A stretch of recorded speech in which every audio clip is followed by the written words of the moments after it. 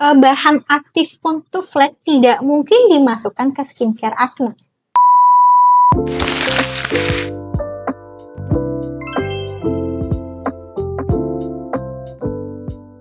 Dalam pembahasan atau permasalahan kulit lainnya itu selain skin barrier, ada yang pernah aku dengar itu adalah bahan aktif atau active ingredients. Nah, active ingredients ini atau bahan aktif ini apa sih, Dok? Aktif ini maksudnya nggak mau diem atau apa, Dok? Boleh dijelasin, Dok? Oke.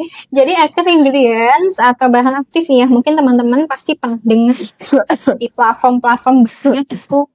Oh, hari ini kandungannya ini mengandung bahan aktif ini. Bahkan mereka pun juga ada ya yang punya bahan aktif. Jadi sebenarnya active ingredients itu apa sih? Active ingredients adalah suatu bahan yang memang udah diformulasikan secara spesifik untuk penanganan masalah kulit tertentu. Contoh, bahan aktif untuk flek tidak mungkin dimasukkan ke skincare acne. Atau sebaliknya, bahan aktif acne tidak mungkin diformulasikan untuk target yang punya kasus flek.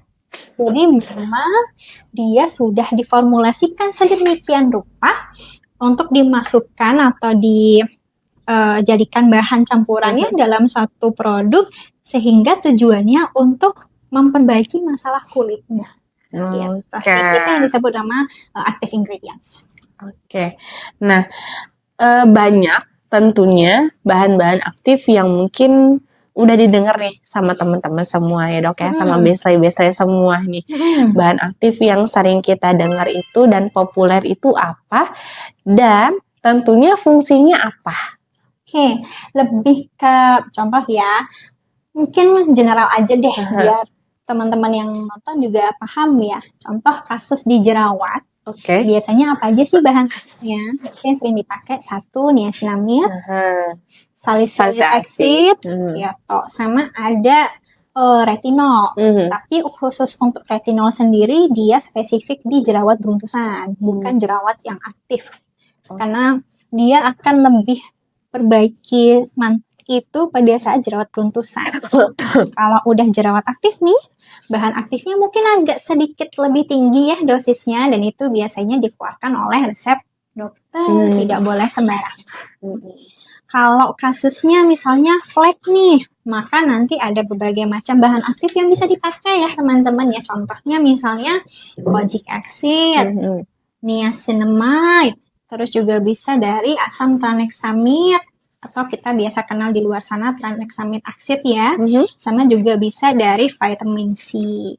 Terus misalnya kasusnya kulitnya kering sama kusam, boleh bahan aktifnya itu misalnya dengan vitamin E atau hyaluronic acid.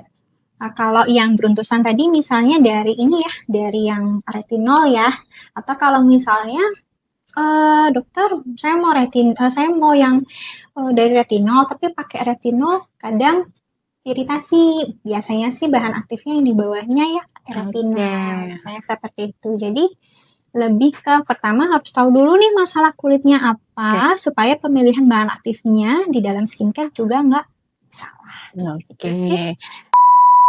Itu bikin overexfoliasi di kulit yang harusnya tadi bisa memperbaiki satu kasus malah nambah kasus baru.